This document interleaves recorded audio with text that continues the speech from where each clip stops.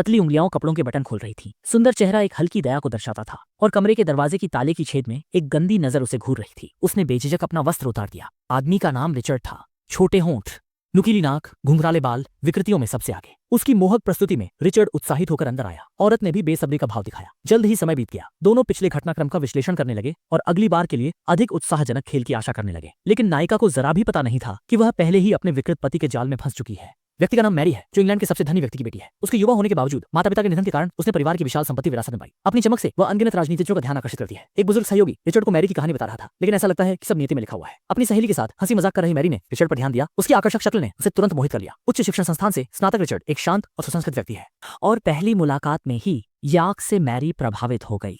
Film का अंश यह भी दोनों के भावनाओं को तुरंत गर्म कर दिया। किसी वर्ष, किसी महीने के किसी दिन दोनों ने हाथों में हाथ डालकर खुशियों के मंदिर में कदम रखा और एक दूसरे से गहरा प्यार करने और कभी न छोड़ने का वादा किया। शादी के बाद दोनों बाहरी रूप से बहुत करीब और मीठे लगते थे, लेकिन हर बार जब मैरी एक होने के लिए तैयार होती थी तब रिचर्ड विरोध कर देता था। उसने एक समय सोचा कि शायद उसका शरीर पर्याप्त आकर्षक नहीं है, लेकिन तब रिचर्ड ने उसके कान में एक रहस्य कहा। असल में साधारण जीवन उसे संतुष्ट नहीं कर पाता था। उसकी पूंजी और पत्नी के रूप में उसने भी आत्मसम्मान छोड़ने का निर्णय लिया, पूरी मेहनत से उसे खुश करने के लिए। उसने धीरे धीरे अपनी स्टॉकिंग्स उतारी, बेहद उत्तेजक हरकतें करते हुए।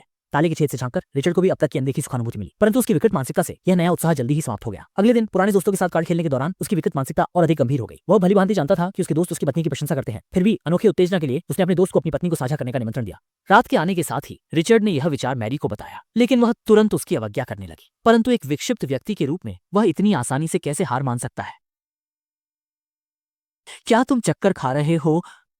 मैं चाहती हूं। फिर से मना किए जाने पर वह गुस्से में मुड़ गई। देर रात की मैरी अब भी सो नहीं पाई। वह अकेले रो रही थी, समझ नहीं पा रही थी कि उसका प्यारा पति ऐसा कैसे हो गया। लेकिन विकृत दिमाग में कभी हार नहीं मानी जाती, बल्कि और भी जोर से कोशिश की जाती है। मौका देखते हुए रिचर्ड ने मैरी और दोस्त को एक साथ बुलाया। तीनों के लूडो खेलते दिखने पर उसने गंदी सोच को जाहिर किया। मैंने डियर हैंड से वादा किया था कि तुम खेल में हो। फिर से इनकार करने वाली मैरी उठकर चली गई, परंतु शादी के प्रति लगाव ने उसे अंततः बिस्तर पर वापस लिटा दिया। वो दूसरों से बेहतर रहूंगा। आप सबसे शुद्ध हैं। देखकर हाउ有心直播波地开始准备游戏，婚后的老公却变得兴奋无比。清晨的两人漫步在花园中。अब तुम खुश हो? पति रिचर्ड की खुशी की खबर सुनने के बाद मैरी को लगा कि यह सब कुछ सार्थक है, परंतु इससे वह और भी बड़े गड्ढे में गिर गई। उसे नहीं पता था कि विकृत मानसिकता इतनी आसानी से संतुष्ट नहीं होती। रात्रि का रिचर्ड मैरी को लेकर इंग्लैंड की सामाजिक, उसकी गर्वित काया सबसे आकर्षक थी। उसके चारों ओर लोग इकट्ठा होते थे। रिचर्ड अपनी निजी इच्छाओं को बार बार पूरा करता था और वह धीरे धीरे अपनी विकृति के रास्ते पर खोता जा रहा था।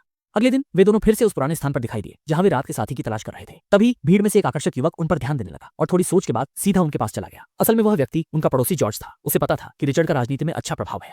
विशेष रूप से बातचीत करने के लिए आया था, लेकिन खुद को एक शिकार के रूप में पेश कर दिया गया। दोनों ने उसे खास तौर पर घर पर आमंत्रित किया और हंसी मजाक के बीच रिचर्ड ने अपनी मंशा जाहिर कर दी। जॉर्ज शराब के नशे में मैरी को देखते हुए इनकार की हिम्मत नहीं जुटा पाया और शराब के प्रभाव में वासना की गंध उन्मुक्त हो गई। शुरुआत में मैरी को रिचर्ड की विकृत रुचि से कुछ डर था, लेकिन समय के साथ उसने धीरे धीरे इन मजे को स्वीकार कर लिया और जब उसे कोई पसंद आता तो खुद पहल करती। बाहर खड़ा पति रिचर्ड भी इस खेल में और अधिक डूबता जा रहा है। खेल में जब सब आनंदित होते हैं, तीनों एक साथ सो जाते हैं, जिससे इस अजीबोगरीब प्रेम कहानी में और भी मजा आता है। सुबह उठकर तीनों दरवाजे पर आते हैं। रिचर्ड अपनी पत्नी मैरी को चूमता है, जिससे वह खुशियां जारी रखे। इसके बाद वह जॉर्ज की पीठ थपथपाता है, जैसे कि उसे अपना ख्याल रखने को कह रहा हो। अज्ञात था कि यह विदाई बड़े आश्चर्य लाएगी।